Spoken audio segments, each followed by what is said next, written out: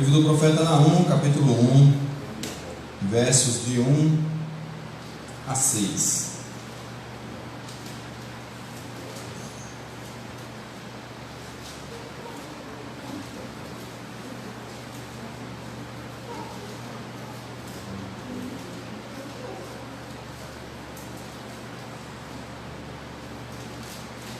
Você vai encontrar ele depois de Miqueias e antes de Abacuque. São as duas referências aí. É um livro pequeno, um livro, 3 capítulos apenas, mas com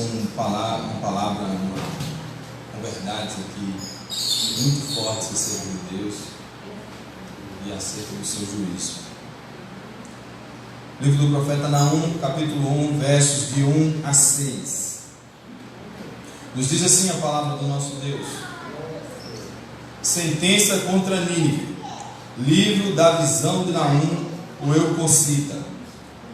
O Senhor é Deus zeloso e vingador. O Senhor é vingador e cheio de ira. O Senhor toma vingança contra os seus adversários. Reserva indignação contra os seus inimigos. O Senhor é tardio em irar-se, mas grande em poder, e jamais inocente ou culpado. O Senhor tem seu caminho na tormenta, e na tempestade as nuvens são como o pó de seus pés. E ele repreende o mar, e o faz secar, e mingua todos os rios.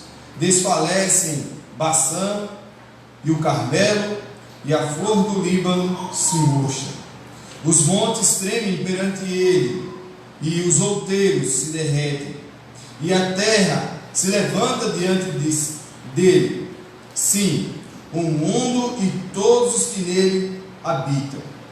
Quem pode suportar sua indignação?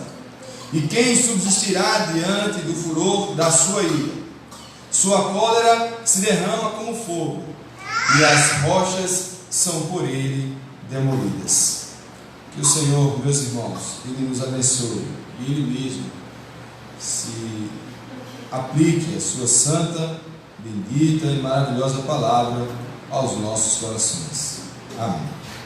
Vamos orar mais uma vez, irmãos. Senhor nosso Deus, nosso Pai, rogamos a Deus pelas tuas misericórdias, ó Pai. Nesta manhã, nós estamos aqui prestando culto de louvor e adoração ao Teu nome. Tu fales, ó Deus, aos nossos corações.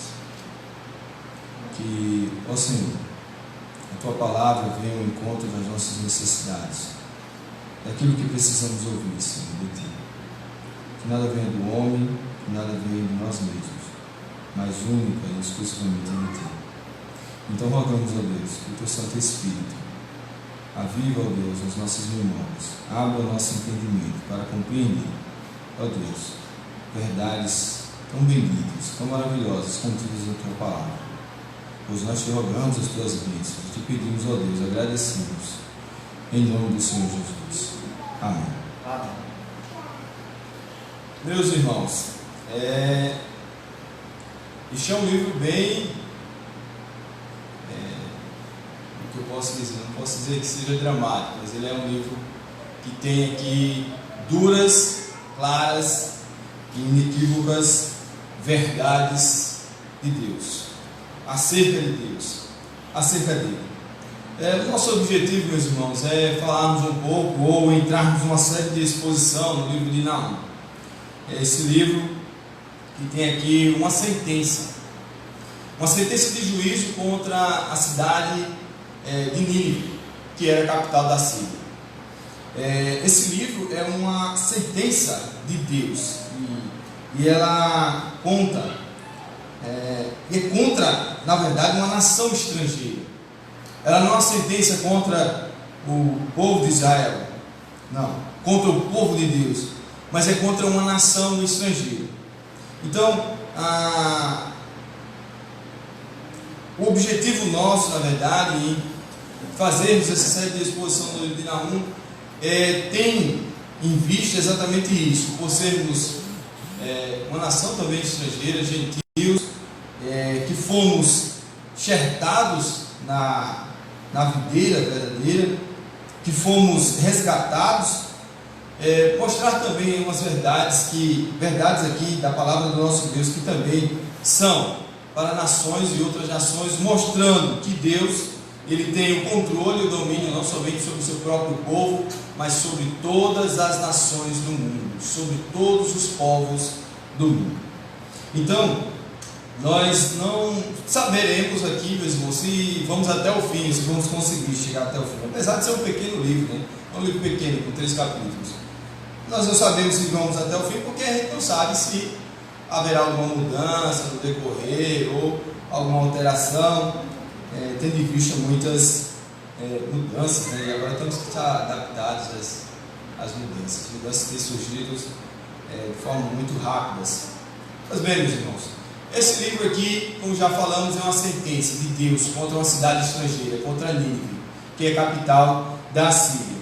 Essa é uma descrição daquilo que Deus estaria para fazer com aquela cidade, ou estaria para realizar contra a cidade de Nínive. Nós gostaríamos de fazer um panorama inicialmente, mas ele ia ficar muito curto. Então nós vamos tentar fazer aqui de forma breve uma introdução, apresentando aqui algumas coisas e depois entrarmos em alguns pontos do livro.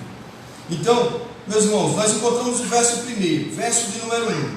Sentença contra Nínive, livro da visão de Naum, o Eucocita. Nós encontramos aqui, em primeiro lugar, nesse primeiro verso que nós acabamos de ler, nesse texto, que esse livro, esta profecia que Naum está descrevendo, ela é uma sentença de Deus.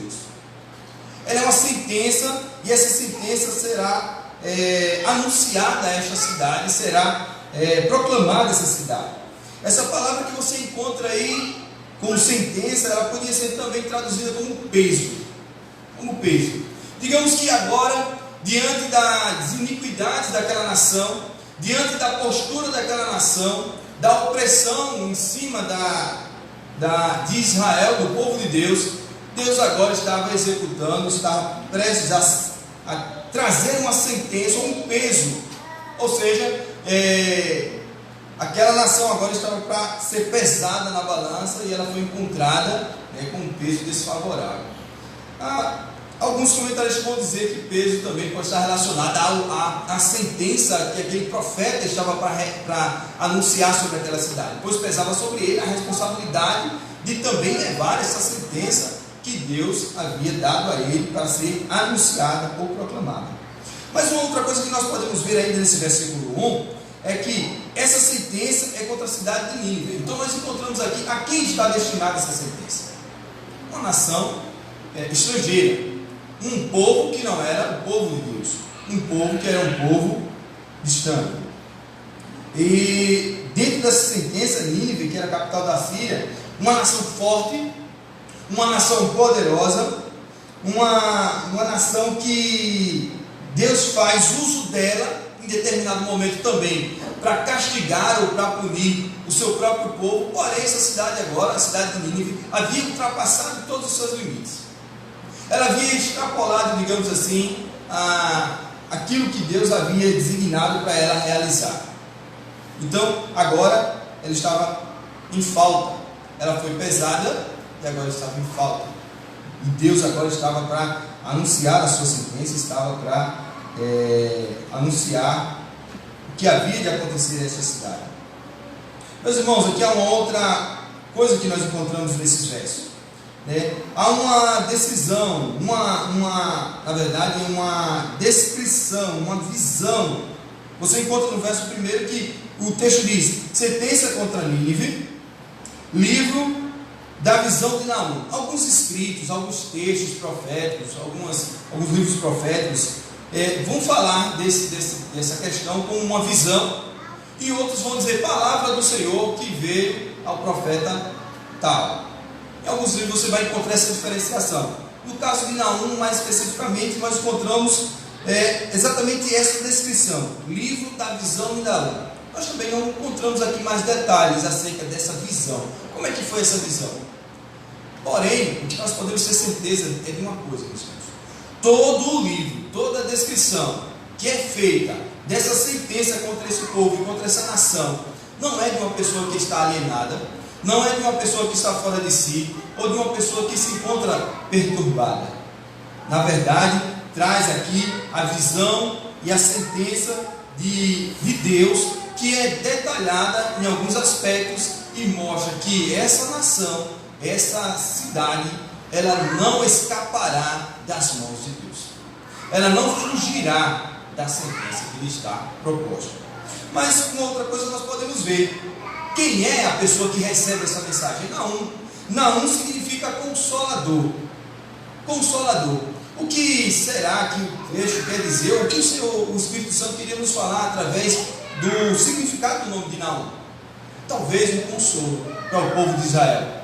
Talvez um consolo para um povo que estava sendo oprimido durante muito tempo e durante alguns anos, através dessa nação forte, perversa e má. Então nós encontramos aqui a quem é destinado, quem é que levou essa mensagem e também quem é que faz o ano, quem é que manda, ou seja, aquele que envia a mensagem para ser entregue, que é o Senhor. E nós encontramos isso no verso 2, pois o verso 2 diz: o Senhor é Deus zeloso e vingador, o Senhor é vingador e cheio de ira. E o verso continua. Então nós já sabemos, a partir desses versos, que quem envia a mensagem para que seja entregue através do profeta Naum é o próprio Senhor. Meus irmãos, eu não gostaria de me deter em muitos detalhes, então nós vamos passar para o primeiro aspecto da sentença de Deus, ou do juízo de Deus sobre a cidade de Nínive, sobre a cidade da Síria. Em primeiro lugar, meus irmãos, nós vemos aqui que esta é uma descrição, pelo menos no verso 2 e no verso 3, é uma descrição da sua pessoa como juiz, da pessoa de Deus como juiz. Você lendo os versos 2 e 3, você vai encontrar o seguinte: o Senhor é Deus zeloso, vingador, o Senhor é vingador e cheio de ira, o Senhor toma vingança contra seus adversários, reserva indignação para os seus inimigos. O Senhor é tardio em irar-se, mas grande em poder, e jamais inocente culpado. O Senhor tem o seu caminho na tormenta, na tempestade, e as nuvens são o pó dos seus pés.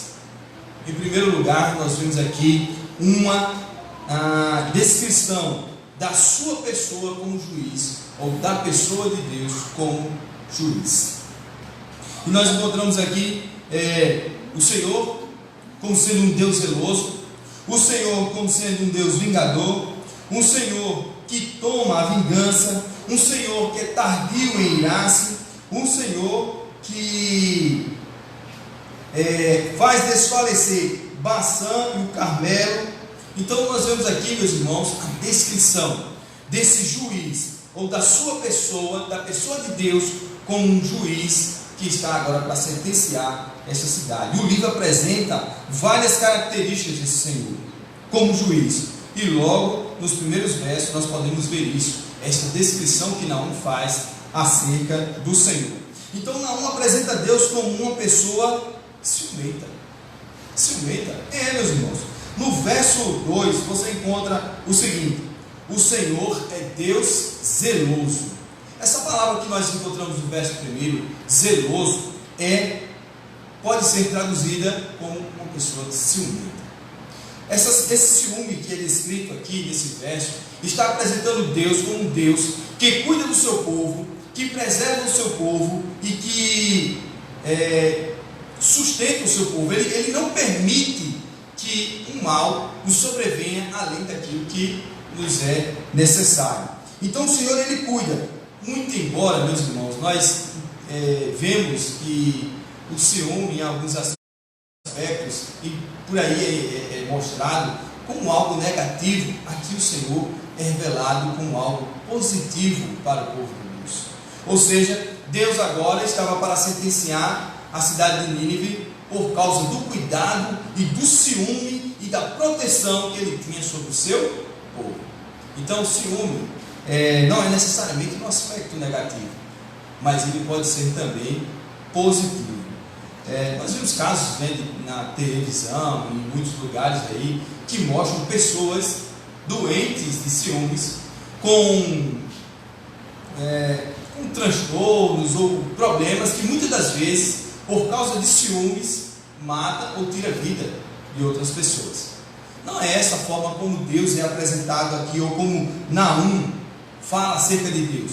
Não, mas ele apresenta aqui Deus como um Deus que cuida, como um Deus que preserva e como um Deus que está atento ao seu povo e à sua nação. Então, Deus, ele de pronto, ele é apresentado aqui pelo profeta como um Deus que tem ciúmes do seu povo, que cuida do seu povo, que é visto como um Deus ciumento. Então você vê isso também em Êxodo, por exemplo, no Êxodo 20, quando o Senhor está apresentando a lei, os 10 mandamentos, Êxodo 20, versículo 5, eu gostaria que você visse aí também comigo, que é feita também essa descrição acerca de Deus como um Deus que é ciumento, como um Deus que cuida do seu povo, num aspecto positivo da palavra, certo?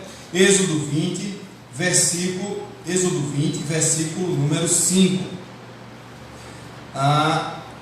Você vê aí no verso número 5, após o Senhor ter dito, no verso 4, que não deveríamos adorar imagens, não fazer imagens de escultura, nem semelhança alguma do que é em cima nos céus, nem embaixo na terra, nem nas águas debaixo da terra. No verso 5 diz: não adorarás, nem lhes darás culto, porque eu sou o Senhor teu Deus, Deus zeloso, Deus ciumento. E nesses versos também, meus irmãos, nós vemos um outro aspecto do ciúme de Deus. Deus não admite e não tolera ser cultuado ou não permite, não nos dá a liberdade de adorarmos ou cultuarmos a outros deuses. Então Deus, ele chama para si, e unicamente para si, a atenção na adoração, no serviço e na adoração. Então nós vemos aqui, em primeiro lugar, esse aspecto da sua presença como juiz, que Deus, ele se revela como um Deus ciumento. Não somente porque é um Deus que cuida do seu povo, que mantém o seu povo, mas também porque ele não permite ser dividido, né, a sua honra, a sua glória com outros deuses ou com falsos deuses. Deus quer exclusividade. Deus quer exclusividade. E aqui, meus irmãos, vem o nosso primeiro destaque, né? Nós estamos acostumados a ver aspectos negativos acerca dos ciúmes, que levam pessoas a tirar vidas de outras pessoas, e não observamos esse aspecto positivo, onde Deus se revela aqui como Deus que cuida, que preserva e que não permite que outros deuses sejam adorados além dele. Então, meus irmãos, nós somos resgatados por precioso sangue. Nós somos propriedade do Senhor e fazemos parte da sua nação que é santa. Deus não permitirá e não nos dará liberdade para adorarmos a outros deuses. Não permitirá também que nós façamos imagens, ou não nos permitirá também que o nosso próprio ego, o nosso próprio eu, ou os nossos próprios desejos sejam adorados ou cultuados. Não, Deus quer exclusividade em nossas vidas. Deus não permite ser dividido com outros, tá? Esse é o primeiro aspecto, essa é a primeira lição, digamos assim. Mas eu gostaria de chamar a atenção para os irmãos para um outro verso, onde também é apresentado, através do apóstolo Paulo, essa descrição de Deus como um Deus zeloso ou como um Deus ciumento, e onde Paulo também se revela, se mostra também ciumento para com a igreja. 1 Coríntios 11, verso 2. 1 Coríntios 11, versículo 2. Vejam só. 1 Coríntios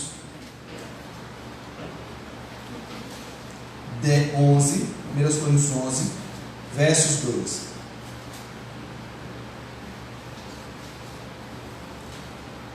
Podemos até ler o verso 1 também, onde diz assim: sede meus imitadores, como também sou de Cristo. De fato, eu vos louvo, porque em tudo vos lembrais de mim, e tendes as tradições, assim como vos-las entreguei.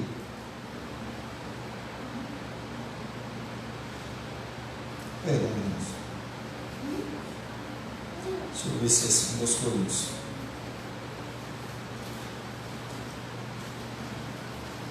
É 2 Coríntios, desculpe. 2 Coríntios, verso 1 e 2, perdão. Diz assim o texto: quisera eu me prostrasseis um pouco mais na minha loucura, suportai-me, pois, porque zelo, veja só, o apóstolo Paulo diz: zelo por vós com zelo de Deus, zelo por vós como zelo de Deus, visto que vos tenho preparado para vos apresentar como virgem pura a um só esposo, que é Cristo. Então Paulo aqui faz uma descrição também do seu cuidado, do seu zelo, como um zelo ou como um ciúme, semelhante ao ciúme do Senhor, onde ele procura apresentar a igreja como uma igreja pura, de um só esposo, de um só Senhor, que é Cristo. Meus irmãos, mais um outro aspecto que gostaríamos de destacar aqui, que é o Senhor, ele toma vingança. O Senhor, ele toma vingança. Nós podemos ver isso no texto, quando se segue, no verso 2, do livro de Naum, capítulo 1. O Senhor toma vingança contra os seus adversários.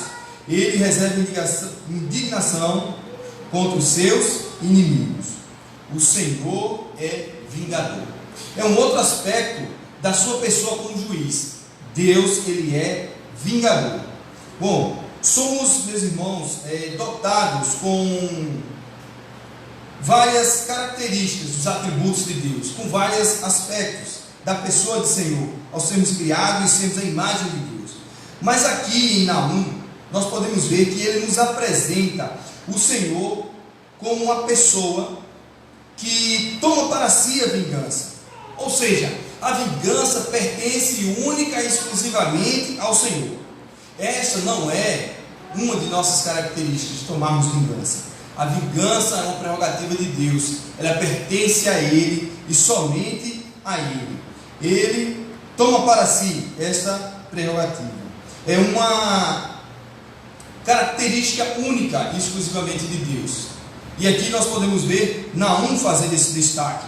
E ele faz quase que uma repetição, pois ele diz: o Senhor é vingador, cheio de ira. O Senhor toma vingança contra os seus adversários. Nós podemos ver aqui mais uma característica da sua pessoa como juiz. E em Romanos, irmãos, nós vemos algo semelhante também.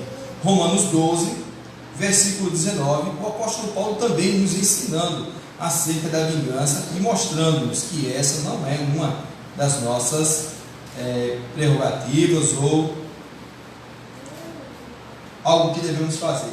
Pois, em Romanos 12, versículo 19, o apóstolo Paulo vai dizer: não vos vingueis a vós mesmos, amados, mas dai lugar a ele, porque está escrito: a mim pertence a vingança, eu é que retribuirei, diz o Senhor. Eu é que retribuirei, diz o Senhor. Quantas vezes, meus irmãos, nós somos tentados a tomar vingança? Muitas das vezes nós somos injuriados, caluniados, afrontados diante de muitas circunstâncias. Muitas das vezes são levantados falsos contra nós. E o profeta Naum faz esse destaque aqui, mostrando que a vingança pertence a Deus. A vingança é uma prerrogativa do Senhor. O apóstolo Paulo também nos ensina isso. E o próprio Senhor Jesus, que é nosso exemplo, na prática mostrou isso. Ao estar na cruz e ao ser sentenciado e morrer na cruz em nosso lugar, é claro, em nosso favor, voluntariamente, ele não tomou para si a vingança, mas entregou-se voluntariamente por nós. Então, meus irmãos, nós vemos o exemplo de Cristo na prática. Nós vemos o apóstolo Paulo mostrando também, nos ensinando que a vingança não pertence a nós, mas ela é do Senhor. Eu não sei se os irmãos já passaram por algo semelhante, onde muitas das vezes nós somos tentados a tomar vingança e querer fazer algo em troca, ou querer fazer algo em troca do mal que nos foi feito. Então, devemos tomar consciência, meus irmãos, que essa é uma prerrogativa de Deus, pertence única e exclusivamente a Ele. Só Ele deve tomar vingança contra os seus inimigos ou contra aqueles que se levantam contra nós. Mas uma outra característica também pode ser destacada aqui desses versos que nós acabamos de ver. Além de sabermos que Deus é um Deus zeloso, que é um Deus que tem um ciúme pelo seu povo, e tem um ciúme também pelo seu próprio nome, zela pelo seu nome, nós podemos ver também aqui, e acabamos de ver, que Deus é um Deus que toma vingança, e essa é uma prerrogativa dele, unicamente dele, exclusivamente dele. Não cabe a nós tomarmos vingança diante dos nossos adversários. Outra coisa que nos é vista aqui, meus irmãos, é que o Senhor ele é tardio em irar-se. O Senhor ele é tardio em irar-se e grande em poder. Uma outra característica de sua pessoa como juiz é esta: é que ele é paciente. Essa é uma tradução, mas que poderia ser também feita acerca dessa palavra tardio em irar-se. Ou seja, Deus ele é paciente, meus irmãos. Deus ele é paciente, é uma outra característica dele, que ele demonstra aqui através desse verso, o profeta Naum. E outra coisa que mostra aqui é que ele é tardio, ou seja, ele é longânimo, com muita paciência, ele tem paciência, tá? E aquela nação, muito embora já fosse até anteriormente sentenciada também e vindo ao arrependimento através de Jonas, 100 anos antes, agora mais uma vez a sentença estava sendo anunciada contra a mesma cidade, contra Nínive, e agora essa sentença não haveria mais um retorno, não haveria como escapar, pois agora o Senhor havia de fazer cumprir o seu julgamento. Mas durante todo esse período Deus foi paciente, durante todo esse período Deus foi longânimo, Deus foi tardio na sua sentença e no seu juízo. Então, com muita paciência, o Senhor suportou a desobediência daquela nação, da Síria, que em muitos momentos humilhou, massacrou e atingiu o seu povo, o povo de Deus. Então, ela tinha atingido agora o limite de Deus, ou havia chegado nos limites do Senhor. Deus é assim, meus irmãos, conosco. Deus é assim conosco. Deus é tardio em irar-se conosco. Deus é paciente com os nossos defeitos e com as nossas falhas. Mas devemos saber que ela chega um momento. E chega um momento em que Deus cobrará de nós os nossos erros e as nossas falhas. E Deus cumprirá aquilo, porque Deus é justo em seus atos. Deus é justo naquilo que faz. E por conta das vezes nós temos errado, temos sido advertidos por Deus, temos sido exortados pelo Senhor, através da sua palavra, através da pregação, e Ele tem demonstrado essa paciência, Ele tem sido tardio para conosco, e às vezes nós ultrapassamos os limites daquilo que Deus tem para nós. Então, meus irmãos, Deus é assim conosco, Ele é paciente, Ele é longânimo, tá? Mas Ele é justo, e quando Ele tiver que cobrar, Ele fará. Então precisamos estar atentos, meus irmãos, e não ir além daquilo, da paciência e da unanimidade de Deus. Nós sabemos que Deus, Ele é justo, e perfeitamente justo e santo, e Ele fará justiça no seu tempo.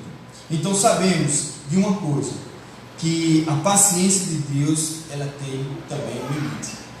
O limite havia chegado para Nínive, e ela também chega para muitos que estão muitas das vezes incorrendo os erros, insistindo nos seus erros, sem arrependimento, e então Deus fará justiça.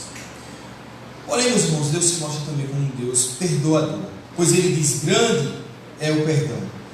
Ou seja, Ele diz: o Senhor é tardio em irar-se, mas grande em poder. Ele mostra aqui que, embora aquela cidade fosse uma cidade grande, e mostra que, embora aquela cidade fosse uma cidade forte, aquela cidade fosse uma cidade com muitos exércitos, a cidade de Nínive, ela tinha muros que chegavam a 30 metros de altura, equivalente a um prédio de 10 andares. No seu muro, a sua largura, poderiam se passar 3 carros, um ao lado do outro. Mas nada daquilo era suficiente para deter a justiça de Deus.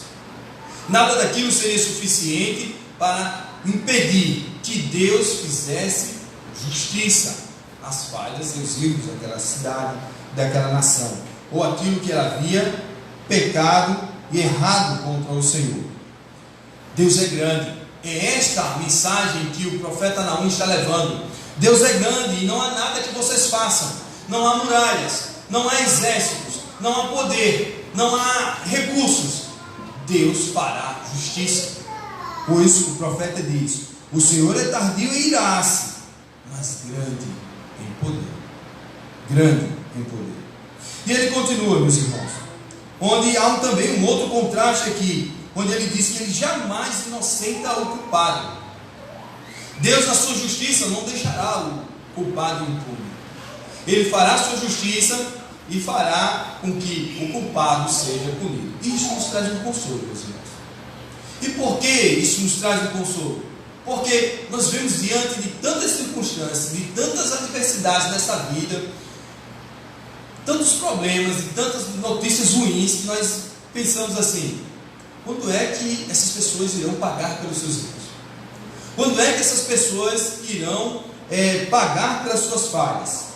Quando é que o ímpio será punido pela sua blasfêmia?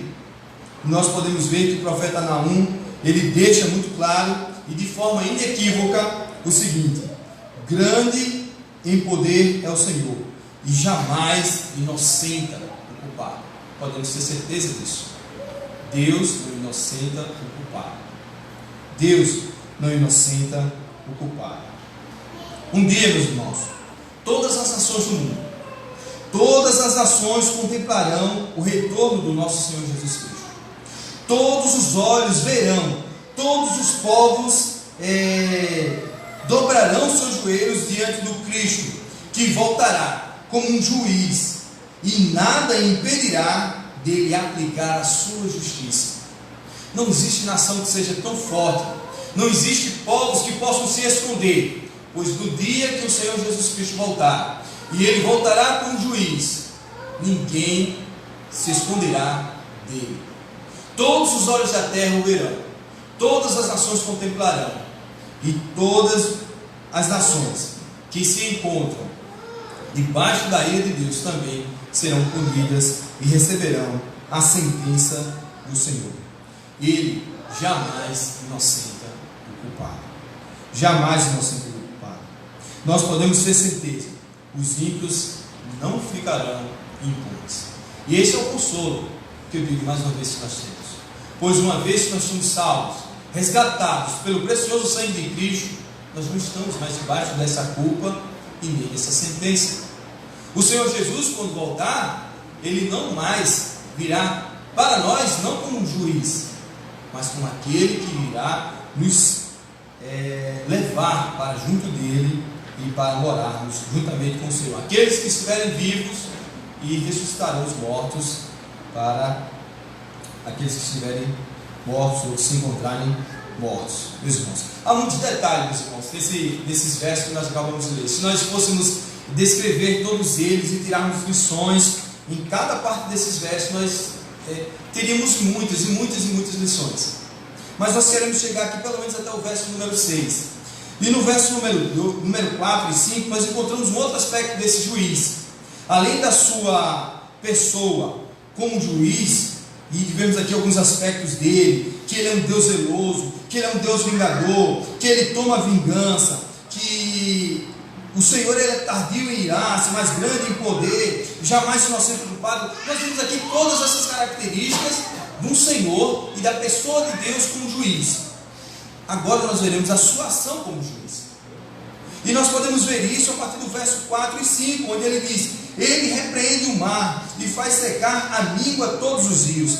Desfalecem Baçã e o Carmelo, a flor do Líbano se murcha, os montes tremem perante ele, e os outeiros se derretem, e a terra se levanta diante dele. Sim, o mundo e todos os que nele habitam. Nós podemos ver aqui a sua ação como juiz.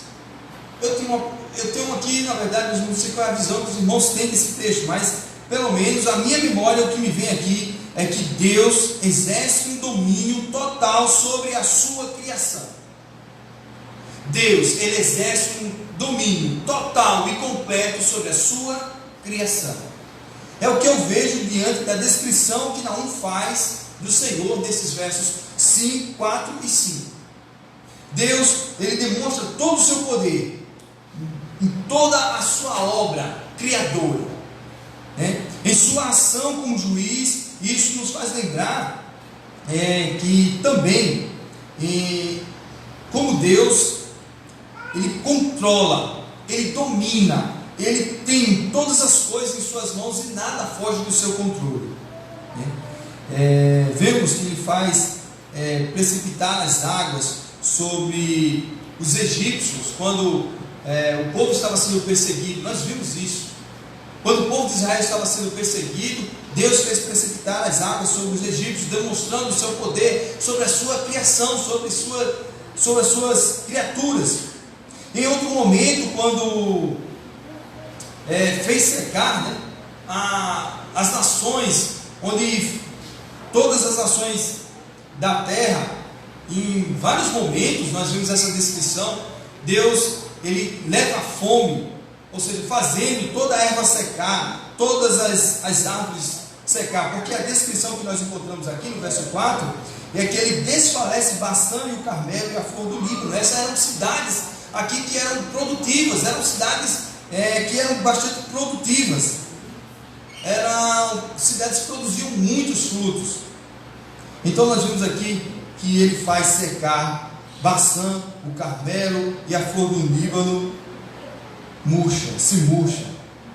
Meus irmãos, este verso 4 aponta para o controle que Deus tem sobre a vida, sobre a água, sobre os alimentos, sobre os itens essenciais da vida humana.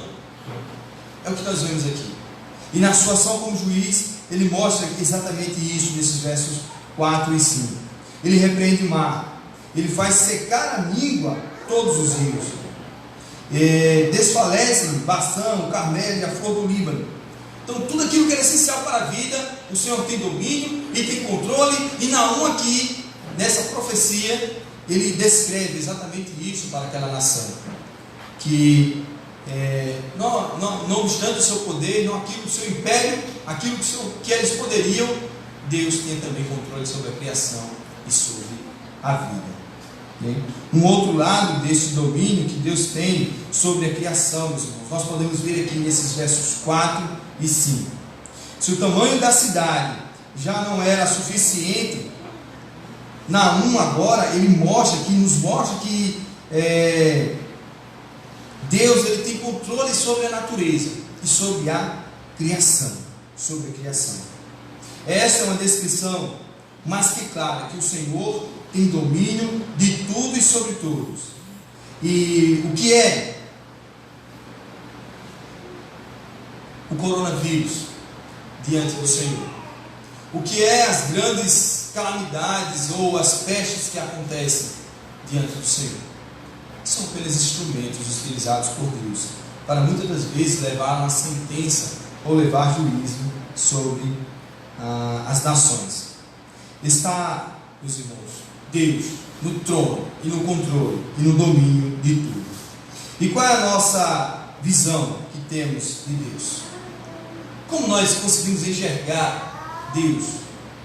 Nós, seus filhos, que fomos salvos, resgatados por eles, de que maneira nós temos enxergado Deus? Apenas como um Deus amoroso, bondoso, longânimo, paciente? Ou também nós temos observado esse aspecto também da justiça, do poder, do controle e do domínio de Deus também? Precisamos estar atentos, meus irmãos, a esses vários aspectos da pessoa de Deus. No capítulo 4 de Marcos, nós vimos a descrição de como o Senhor Jesus acalmou o vento e a tempestade, em Marcos 4, verso 41, e aqueles que estavam presentes e viram se perguntaram: quem é este que até o vento e o mar lhe obedecem? fazendo essa descrição acerca de Cristo Jesus. Este é o nosso Deus a quem servimos. É um Deus que tem domínio e controle sobre tudo e sobre todos. Este é o Senhor que nos salvou. Este é o Senhor que nos sustenta, que nos livra. Este é o Senhor que nos fortalece. Este é o Senhor que nos consola. Este é o Senhor que nos exorta. Este é o Senhor que nos ama. Este é o Senhor que nos salva, meus irmãos. Este é o Senhor que nos levará para os céus em segurança e que nos fará assentar no trono e nos fará reinar juntamente com Cristo Jesus. Este é o Senhor que nós servimos. Um Senhor que domina tudo e todos, que tem o controle de tudo e de todos. Em outro lugar, meus irmãos, e mais ou menos aqui um clímax de conclusão, o profeta nos diz o seguinte, verso 6: quem pode suportar a sua indignação? E quem subsistirá diante do furor da sua ira? A sua cólera se derrama como fogo, e as rochas são por ele demolidas. Que visão tremenda o profeta traz do Senhor aqui, meus irmãos. Que visão aterradora o profeta traz aqui acerca de Deus. Em terceiro e último lugar, a nossa postura perante Ele como juiz. Se nós vimos a sua pessoa como juiz, se nós vimos a sua ação como juiz, agora a nossa postura como juiz, ou a nossa postura perante Ele, perante o Senhor como juiz. E ele traz essa descrição, pois a pergunta que o profeta faz aqui é uma pergunta de retórica. É uma pergunta que diz: quem pode suportar a sua indignação? Diante de tudo aquilo que o profeta descreveu, quem pode suportar a sua indignação? Quem seria capaz? Ninguém. Ou quem subsistirá diante do furor da sua ira, da ira de Deus? Quem poderá? Ninguém. Nós sabemos que a resposta é ninguém. Absolutamente ninguém. Pois, depois de apresentar essa pessoa como juiz e as suas ações como juiz, Naum faz exatamente uma pergunta retórica, pois nós já sabemos a resposta. Quem pode suportar a sua indignação? Nínive estava diante de um quadro aqui, meus irmãos, que era irrevogável, ou seja, não havia como mudar mais. Não havia como mudar. Era inevitável. Não havia mais uma ação, nada que pudesse fazer. Não havia mais o que se fazer, porque agora se tornara um caminho sem volta para aquela nação. Eles agora deveriam experimentar o furor de Deus, a sua cólera, a sua cólera. Eu não sei como é que os irmãos enxergam isso, mas para mim isso traz um terror com isso. Não porque estamos mais embaixo desse terror, mas quando paramos para pensar acerca de tantas pessoas que ainda se encontram debaixo da ira de Deus, e que certamente um dia também se encontrarão com o Senhor, e também serão sentenciados, e também experimentarão da ira e da cólera de Deus. Meus irmãos, cabe sobre nós a responsabilidade de arautos de Deus, de sairmos e comunicarmos a todos aqueles quantos se encontram ainda debaixo desta ira de Deus e do furor de Deus, para que essas pessoas sejam alcançadas pela misericórdia e venham ao pleno arrependimento e se convertam a Deus e se arrependam de seus pecados. Meus irmãos, a sua cólera, a cólera que é descrita pelo profeta Naum aqui, demonstra um calor, uma fúria, uma indignação, uma raiva, a ira de Deus. A ira de Deus. Você já imaginou suportar isso? O simples fato de pararmos um pouco e pensarmos sobre isso nos causa um mal-estar gigante. Gigante. Meus irmãos, houve alguém que já suportou isso, que já pagou o preço, e que e que aqueles que não estão, na verdade, estão lavados pelo sangue ou debaixo desta proteção dele, deverão experimentar. Ou seja, Cristo já pagou o preço. Deus, em Cristo Jesus, Ele fez toda a sua ira, né, ser derramada em nosso lugar, em nosso favor. Deus, Cristo Jesus, suportou de Deus a sua cólera e a sua ira em nosso lugar, por causa dos nossos pecados, por causa das nossas ofensas contra Deus. Não espere, meus irmãos, que aqueles que se encontram aí debaixo da sentença da ira de Deus, não espere que seu caminho se torne como o caminho dos ninivitas, um caminho sem volta. Se você ainda não tem Jesus como Senhor e Salvador, se você ainda não se rendeu a Cristo Jesus, se você ainda não se arrependeu dos seus pecados, não espere chegar até o ponto em que a cidade de Nínive se encontrou, um caminho sem volta. Este caminho sem volta acontecerá no dia que o Senhor voltar, no dia que o Senhor Jesus Cristo vier buscar a sua igreja e lhe encontrar em falta, onde a balança pesará para o seu lado, então você experimentará desta cólera e dessa ira. Arrependa-se. Esta é a exortação em toda a Bíblia. Arrependam-se de seus pecados. Arrependam-se de seus pecados. Se você ainda não lavou ou não está lavado pelo sangue remidor de Cristo Jesus, busque Ele. Busque-o enquanto se pode achar. Invoque-o enquanto Ele está perto.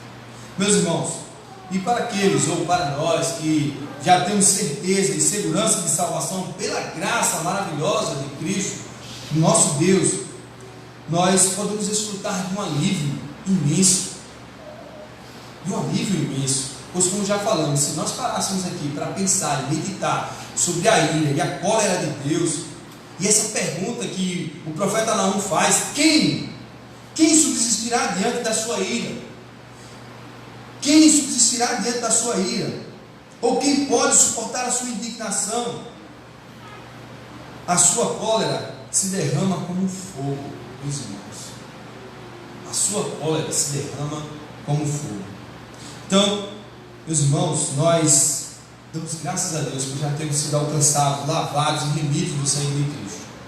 Que Ele nos abençoe e nos faça cada vez mais entendermos e enxergarmos a grande distinção que existe naqueles que foram salvos e resgatados por Ele, para aqueles que ainda que se encontram debaixo da ira e da sentença de Deus. Que Deus nos abençoe e que Deus nos ajude a estarmos atentos a isto e estarmos sempre, meus irmãos, fazendo uma autoanálise e sabendo que Deus é um Deus que executa juízo, que exerce justiça e não inocenta o culpado. Nós não inocenta o culpado que ainda não foi lavado pelo sangue precioso de Cristo Jesus. Então, que Deus, pois, meus irmãos, nos abençoe. Amém.